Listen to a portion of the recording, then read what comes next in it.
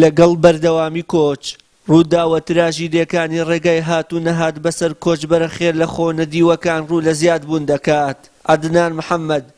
چیرۆکێک کە گوزارش لە ژیانی هەزاران گەنجی هەرێمی کوردستان دەکات. بە ئامانجی ئەوەی ژیانێکی شایستەتر لەوەی کە هەیە بۆ خۆیان و خانەوادەکانیان دەستەبەر بکەن. عەدنان دوای گرتنەبەری ڕێگەی هاندەران و بێسۆراغبوونی بۆ ماوەی 12 ڕۆژ هەواڵی خنکانی لە نێو یەکێک لە ئۆتۆمبیلەکانی گواستنەوەی شاری میونشنی پایتەختی ئەڵمانیا بە شەمسەی دایکی درایەوە و دایکیشی تا ئێستا دەستی نزا بەرز دەکاتەوە کە ئەو هەواڵە ڕاست نەبێ و کوڕە 33 ساڵانەکەی لە ژیاندا مابێت. ئێمە نەمازانین تەلەفۆنیان کرد بۆ دوو خۆشکی وتیانی برای عەدنان خۆشی عەدنان ئەوان شتیان بەڵێ تیان دوو ڕەسمان بۆ بنێرن و بەڕوای لە دایک بوونەکەی ئەمەش بەیان ناردە ئیتر نازانێت ئەمەلمان هەیە بەخوا بەشکەمە خۆی ئەو نەوێ داوامان لە حکوومەتی هەرێمی کوردستان هەیە دەست یارمەتیمان بۆ درێژکان بۆمان بدێنەوەی بەخوا دەسەڵاتمانی ئێمە بوومە قوربان. من بۆ خۆم لە دەوام بوو تەلەفۆنێکی بۆ کردم وتی ئەمەوێ بڕۆم بۆ ئەوروپا وتم هۆکار چییە برام وتی ئەمەوێ جێی بێڵم ئیتر یعنی مانایەک نەماوە بۆم من مانایەک نەما بۆم بوونی من لە وڵاتەیە کە تاوەکو تیا بمێنەوە بژیم ئیترەوە بوو سەری خۆی هەڵگرت و ڕۆشت و چووە تورکیا و لێشە چۆ یۆنان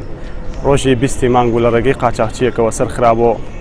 ئیتالیا سواریم کامێنێک کرا سندوقی کامێنەکە کراوە ئەم کوڕەتە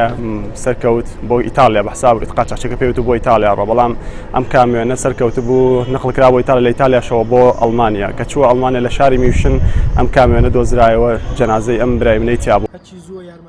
خانەوادەی عەدنان داوا لە حکوومەتی هەرێمی کوردستان و